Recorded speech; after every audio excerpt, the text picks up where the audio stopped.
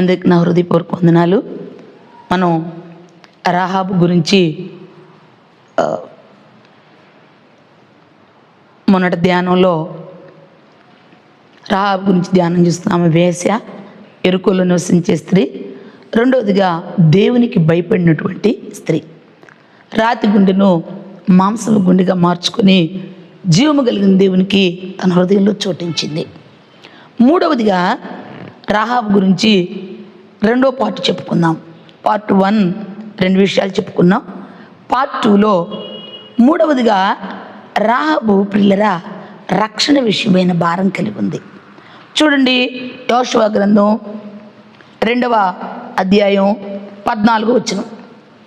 నీవు మా సంగతి వెల్లడి చేయని యెడల మీరు చావకున్నట్లు 13వ వచనాన్ని కానించి ధ్యానం చేసుకుందాం. 12 నేను మీకు ఉపకారం చేసేతను గనుక మీరు నా తండ్రి ఇంటికి ఉపకారం చేసి నాకు నిజమైన ఆనవాలు ఇచ్చి నా తండ్రియు నా తల్లియు నా అన్నదమ్ములను నా అక్క చెల్లెండ్రును వారికి కలిగి ఉన్న వారందరూ చావకుండా బ్రతకనిచ్చి రక్షించినట్లు దయచేసి యెహోవా తోడని ప్రమాణం చేయుడనెను. అందుకు ఆ మనుషులు ఆమెతో, నీవు మా సంగతి వెల్లడి చేయని యెడల మీరు చావకుండునట్లు మీ ప్రాణములకు బదులుగా మా ప్రాణం ఇచ్చదుము. యెహోవా ఈ దేశమును మాకిచ్చినప్పుడు నిజముగా నీకు మేము ఉపకారం చేసేదము. ఈమె అడుగుతుంది, అయ్యా మీకు నేను ఉపకారం చేశాను, మీరును నాకు ఉపకారం చేయండి. నిశ్చయంగా దేవుడు ఈ దేశాన్ని మీకు ఇస్తాడు. మీ దేవుని మీ ఎదుట ఎట్టి మనిషికి కూడా ధైర్యం చాలదు. ఎరుకో ప్రసిద్ధి చెందిన ప్రాకారమైన సుందరంగా కనపడే పట్టణమైన దేవుడి పట్టణాన్ని మీకు ఇచ్చాడు అంటే దాన్ని విడిపించడానికి ఎవ్వరికి సాధ్యం కాదు. నేను నమ్ముతున్నాను, నా ఇంటి వారికి నాకు మీరు ఉపకారం చేయండి. ఈ ఎరుకో నాశనంలో మేము నాశనం అయిపోకుండా నా అన్నదమ్ముల్ని, నా తల్లిదండ్రుల్ని, నా రక్త సంబంధులకి, నా అన్నదమ్ములకి రక్షణ కలిగించమని రాహాబు వేగులు వారిని అడుగుతుంది. వేగులు వారు అంటున్నారు, ఒకవేళ మా విషయం కనుక నువ్వు రాజుకు చెప్పకుండా ఉన్నావంటే నిశ్చయంగా నీ ప్రాణాలకి మా ప్రాణం అడ్డుపెట్టి మిమ్మల్ని కాపాడుతానని చెప్పి వేగులు వారు ప్రమాణం చేశారు.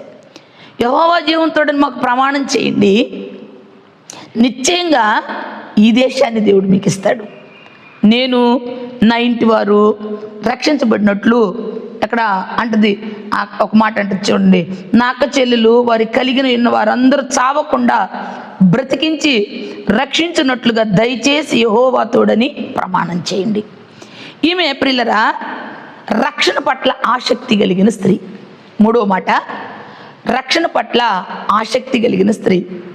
తన గురించే చూసుకోవట్లా, తన ఇంటి వారి గురించి చూసుకుంటుంది. తన ఇంటి వారు కూడా రక్షించబడాలని. దేవుని సన్నిధిలో రక్షణ చాలా ప్రాముఖ్యం. దేవుని వాక్యం చెబుతుంది, లోకం చాలా భయంకరంగా ఉంది. లోకంలో పనిచేస్తుంది అపవాది శక్తులు. ఈ లోకం నుండి వేరు చేసి తండ్రి యొద్దకు మనల్ని చేర్చడానికి ప్రియరక్షకుడు యేసు ప్రభువు వారి లోకానికి వచ్చారు. ఆయనే మన సువార్త, ఆయనే మన రక్షణ మార్గం. ఆ వాక్కుని విని ఎవరు తన హృదయాలు కడుక్కొని యేసు రక్తంలో శుద్ధి చేసుకుంటారో వారికి రక్షణ ఇస్తానికి ఆయన ఈ లోకానికి వచ్చాడు.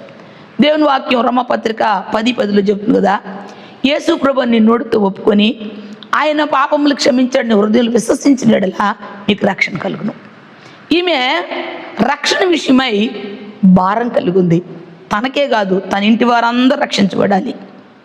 పరిశుద్ధ గ్రంథంలో మనం చూస్తే అపోస్తలుడైన పౌలు ప్రియులరా, అపోస్తలుడైన పౌలు మాసిదోనియా దేశానికి వెళ్ళినప్పుడు ఆయన లూదియా అనే స్త్రీ కూడా సముద్రం ఒడ్డున గవిని యొద్ద సువార్త ప్రకటిస్తున్నప్పుడు పట్టుబడి హృదయం తెరవబడినప్పుడు లూదియా మారు మనసు పొంది పౌలు శీలతో అంటుంది, ఇదిగో నేను విశ్వాసం కలిగిన దాన్ని మీరు ఎంచితే నా ఇంటికి వచ్చి నా ఇంటి వారికి సువార్త ప్రకటించండి, వారు కూడా రక్షించబడినట్లుగా సహాయం చేయమని వేడుకుంది. పౌలు గారు లూదియా ఇంటికి వెళ్ళి సువార్త ప్రకటించినప్పుడు తన ఇంటి వారందరూ ప్రభువైన యేసుక్రీస్తు వారిని రక్షకుడిగా అంగీకరించి బాప్తిజం పొందుతారు. ఆ తర్వాత పుతోనా దయ్యాన్ని వెళ్ళగొట్టినప్పుడు అపోస్తలుల కార్యముల గ్రంథం 16వ అధ్యాయంలో నేను చెప్పే విషయాలు ఉన్నాయి. ఆ తర్వాత పుతోనా దయ్యాన్ని వెళ్ళగొట్టినందుకు వాళ్ళు చెరసాల్లో వేస్తే చెరసాల్లో ఆ రాత్రి అంతా పాటలతో ప్రార్థనతో స్తుతించినప్పుడు చెరసాల వరకే భూకంపం వచ్చి చెరసాల పునాదులు కదిలిపోయినప్పుడు చెరసాల నాయకుడు అంటాడు, ఆ వింతైన కార్యం చూసి అయ్యలారా రక్షణ పొందుటకు నేనేం చేయాలి?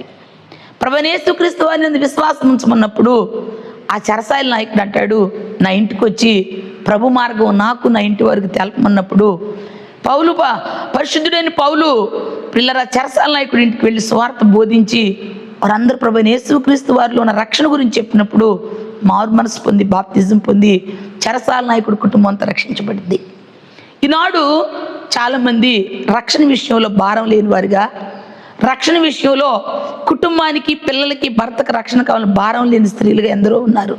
తమ్మటుకు తామే చూసుకుంటూ భక్తిలో శక్తి లేకుండా, దిట్టమైన పునాదులు క్రీస్తులో వేసుకోకుండా, తన భక్తి తన ఇంటి వారికి ఉపయోగం లేని భక్తి జీవితం చేస్తూ ఎంతోమంది సమయాలు, దినాలు, వాక్యం, ప్రార్థన, దేవుని ఆత్మ సహాయాన్ని వ్యర్థపరుచుకుంటున్నారు. ప్రియులరా, రాబట్టింది ఎరుకో పట్టణం నాశనంలో నేను నా ఇంటి వారిని నశించిపోకుండా నాకు సహాయం చేయండి, మమ్మల్ని రక్షించండి అని అడిగినప్పుడు వేగులు వారు అంటారు, మా విషయమై నువ్వు రాజు కనుక తెలియక చేయకుండా ఉంటే నిశ్చయంగా నీ కుటుంబాన్ని మిమ్మల్ని రక్షిస్తామని చెప్పారు. అంతేకాకుండా ఆమెకు ఒక మాట చెప్తారు 22వ వచనంలో, మేము ఏ కిటికీ నుండి దించబడ్డామో వారు వెళ్ళి అక్కడ ఒక మాట చెప్పారు, పిల్లరా మేము ఏ కిటికీలో గుండా మమ్మల్ని దాచిపెట్టావో దించావో ఆ కిటికీకి ఎర్ర తొగర దారం కట్టుకోమని చెప్పారు. వెంటనే ఆలస్యం చేయకుండా ఎర్రని దారం తన కిటికీకి కట్టుకుంది. రక్షణ విషయమై ఆమె ఆసక్తి కలిగినటువంటి స్త్రీ. రక్షించబడటం కోసం తను రక్షణ పొందటమే కాదు, తన కుటుంబం వారందరికి రక్షణ ఇవ్వటానికి కోసం ఎంతో ప్రియులరా వేగులు వారిని దాచి ఎంతో సహాయపడింది. ఇశ్రాయేలు ప్రజలు యెరికోను జయించటానికి వేగులు వారిని దాచిపెట్టింది. వారికి ఉపకారం చేసినందుకు వేగులు వారు చెప్పారు, నీ ఇంటి కిటికీకి ఓ దారం కట్టుకో, ఎర్రదారం కట్టుకుంది. తన అందముల్ని, రక్త సంబంధుల్ని, తన తల్లిదండ్రుల్ని ఆ ఇంట్లో చేర్చుకుంది.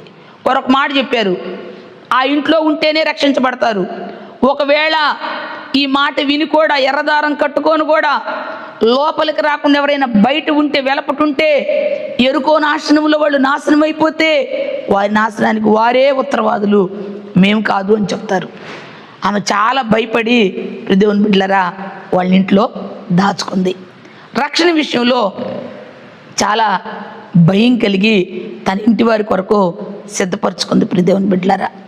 అంతేకాకుండా రాహాబు వేసెను తన ఇంటి వారు రక్షించబడటమే కాకుండా పిల్లరా యెరికో నాశనమైనప్పుడు వాళ్ళు 7 దినాలు యెరికో చుట్టూ రోజుకొకరోజు 7 రోజుల్లో ఒక రోజు తిరిగి 7 సార్లు తిరిగి బోర్లు ఊదినప్పుడు యెరికో ప్రాకారాలన్నీ కూలిపోతాయి. మనం 6వ అధ్యాయం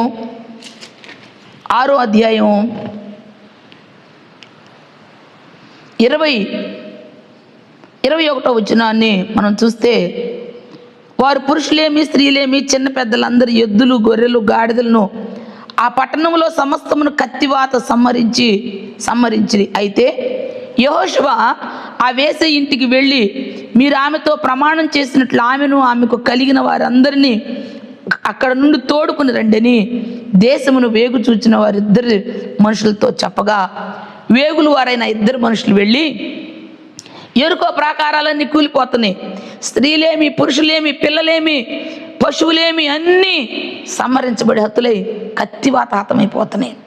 అప్పుడు యెహోషువ అన్నాడు వేగులు వారితో, ఈ యెరికోలో రాహాబు వేశ్య ఉందని చెప్పారు కదా, ఆ వేశ్యను తన ఇంటి వారిని ఆ ఇంట్లో ఎందరైతే ఉన్నారో వాళ్ళందరిని వేలపటికి తీసుకురా. ఈ యెరికో నాశనంలో, ఈ యెరికోలో జరుగుతున్నటువంటి ఈ కీడులో వాళ్ళు ఉండకుండా వాళ్ళని తీసుకురమ్మని చెప్పినప్పుడు ఆ 2 వేగులు వారు వెళ్ళి దేవుని బిడ్డలారా ఆ కుటుంబాన్ని అంతటిని తీసుకొచ్చి ఇశ్రాయేలు పాళెం వెలుపలించారు. దేవుని స్తోత్రం, హల్లెలూయా. యెరికో అంతా నశించిపోయింది. ఎందుకు యెరికో నశించిపోయింది? శపితమైన దేశం, దేవుని భయం లేని దేశం, అందంగా కనపడింది కానీ ఆత్మరక్షణ లేని దేశం. దేవునికి భయపడని ప్రజలు. రాహాబు వేశ్య అలాంటి జీవితంలో ఉండి ప్రభువారి మాటలు విని రాతి గుండెని మాంసం గుండెగా మార్చుకొని దేవునికి భయపడి పిల్లరా, మూడవదిగా జీవము కలిగిన దేవుని సన్నిధిలో రక్షణ భారం కలిగి ఉంది. నాలుగవదిగా ఏం చేయబడిందంటే ఉగ్రత నుండి తన కుటుంబాన్ని రక్షించుకుంది. దేవుని స్తోత్రం, హల్లెలూయా. తానే కాదు, తన ఇంటి వారందరూ. ఎరుకోలో పశువులేమి, గొర్రెలేమి, ఎడ్లేమి, స్త్రీలేమి, పురుషులేమి, పిల్లలేమి అందరు కత్తివాత ఆత్మ చేయబడ్డారు. కానీ ఇప్పుడు దేవుని బిడ్డలారా, రాహాబు మాత్రం ఇశ్రాయేలు పాళ్యం వెలుపల గుడారం వేసుకొని వారు ఎలాంటి క్షేమం అనుభవిస్తున్నారో రాహాబు అలాంటి క్షేమం అనుభవించింది. వారు ఎలాగ సంతోషిస్తూ ఉన్నారో ఇశ్రాయేలీలు ఆమె కూడా అలా సంతోషించింది. కారణం ఏంటి చెప్పనా? ప్రియరక్షకుడిని రక్షకుడిగా అంగీకరించింది. దేవుడు ఆమె విశ్వాసాన్ని చూశాడు. అందుకే ఆమె విశ్వాస వీరుల జాబితాలో కూడా చేర్చబడింది. హెబ్రీ పత్రిక 11వ అధ్యాయంలో విశ్వాస వీరుల జాబితాలో రాహాబు వేసి కూడా నీతిమంతురాలుగా ఉంది. ఎందుకని? దేవుని మాట నమ్మింది. దేవుని మాట నమ్మినప్పుడు ఇది మనకు నీతిగా ఎంచబడిన దేవుని వాక్యం సెలవిచ్చినట్లుగా నీతిమంతురాలుగా చేర్చబడింది, రక్షించబడింది. ఉగ్రత నుండి తన కుటుంబాన్ని తప్పించుకుంది. ఇప్పుడు దేవుని బిడ్డలారా, నీతిమంతురాలుగా మార్చబడింది. నీతిమంతురాలుగా మార్చబడటమే కాదు, మనం మత్తయి సువార్త 1వ అధ్యాయంలో వంశావళిలో మనం చూస్తే రాహాబు సాల్మాన్ అనే వ్యక్తితో వివాహం చేయబడింది. ఓ పరిశుద్ధమైన జీవితం, క్రీస్తు కొరకు నూతనత్వమైన బ్రతుకు సల్మాన్ అనే వ్యక్తితో వివాహం చేయబడింది. ఓ శ్రేష్టమైన వంశావళికి కారకురాలైపోయింది.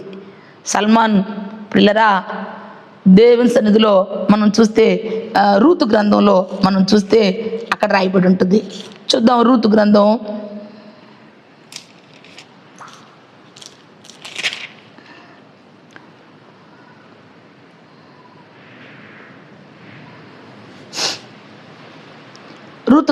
4వ అధ్యాయం 20వ వచనంలో సల్మాను కనెను, సల్మాను బోయోజును కనెను, బోయోజు ఒబేదేదును కనెను, ఒబేదేదు యెషీను కనెను, యెషీ దావీదును కనెను. ఈమె దావీదు వంశం. దావీదు వంశంలో నుండి ప్రియరక్షకుడైన క్రీస్తు పుట్టాడు. ఓ మంచి దేవుని బిడ్డలారా, నీతిమంతుని సంతానంలో వారసురాలుగా రాహాబు జీవితం మార్చబడింది. వేశ్య విచ్చలవిడిగా జీవించింది. తన ప్రవర్తనలో హృదయం కఠినపరుచుకుంది. దేవుని మాట ఎప్పుడైతే విందో, విని వెంటనే తన హృదయాన్ని మెత్తనపరుచుకుంది. జీవము కలిగిన దేవునికి భయపడింది.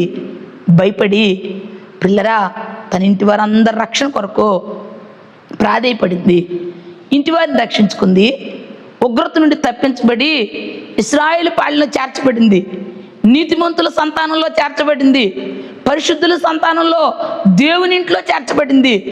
మోసకరమైన ఎరుకో నుండి పిల్లరా దేవుని ఇంట్లో చేర్చబడి తన ఉగ్రత నుండి తప్పించబడింది. అంతేకాదు నీతిమంతురాలుగా మార్చబడింది. నీతిమంతుల వంశావళిలో ఆమె పేరు కూడా రాయబడింది. సల్మాన్ అనే వ్యక్తితో వివాహం చేయబడి ఓ మంచి వంశావళిలో ప్రియరక్షకుడైన క్రీస్తు పుట్టిన వంశావళికి తల్లిగా మారిపోయింది. ఈ దినం పరిశుద్ధాత్మ దేవుడు మాట్లాడుతున్నాడు. మనం ఏ స్థితిలో ఉన్నా, మన జీవితం ఎలాంటిదైనా ఆయన ప్రభువుగా రక్షకుడిగా అంగీకరిస్తే ఓ శ్రేష్టమైన జీవితం, ఆశీర్వాదకరమైన జీవితం. ఈ లోకానికి అతీతంగా, ఈ లోకస్తులకు అతీతంగా క్రీస్తు జనాంగంలో పరిశుద్ధుల స్వాస్థ్యంలో పాలిచ్చి ఆయన రాజ్యానికి హక్కుదారులుగా చేయటానికి మన దేవుడు సమర్థుడుగా ఉన్నాడు. ఇంతకాలం ఓ నామకార్థ క్రైస్తవురాలుగా ఓ నామకార్థ జీవితాన్ని జీవిస్తూ వింటూ మోసపుచ్చుకుంటూ జీవితంలో చలనం చైతన్యం లేని వ్యక్తిగా నీ జీవితాన్ని గడుపుతూ ఉన్నావేమో. ఈరోజు నా ప్రభు చెప్తున్నాడు, రాహాబుకి ఇచ్చినటువంటి రక్షణ, రాహాబుకి ఇచ్చినటువంటి ఆశీర్వాదం, రాహాబుకి ఇచ్చినటువంటి ఆ విలువైన జీవితం మనకివ్వటానికి ఆయన సమర్థుడుగా ఉన్నాడు. అందుకే నా స్థానంలో శిక్షణ పొందాడు. నీవు నేను పొందవలసిన మరణం మన స్థానంలో ఆయన పొంది నిత్య జీవానికి వారసులుగా మనల్ని పిలిచాడు. ఆయన సిద్ధపరిచిన రక్షణ, ఆయన సిద్ధపరిచిన ఆశీర్వాదం, ధనవంతుడై ఉండి దాసుని స్వరూపం ధరించి దరిద్రులమైన మనవల్ని ధనవంతులుగా చేయటానికి దాసునిగా తను తాను రిక్తునిగా ఏర్పరచుకున్నటువంటి ప్రియ పరలోకపు తండ్రి, ఆ తండ్రిని అంగీకరించి నీ జీవితంలో రహాబు లాంటి శ్రేష్టమైనటువంటి ఆశీర్వాదం, రక్షణానందం, నీతిమంతుల జాబితాలో చేర్చబడిన జీవితం మనం కలిగి ఉండాలని ప్రభు పేరట మనం చేస్తూ, ప్రభు అయిన యేసుక్రీస్తు నామంలో దేవుడి వాక్యం మనందరి వినికిడిలో దీవించి ఆశీర్వదించును గాక. ఆమేన్, ఆమేన్.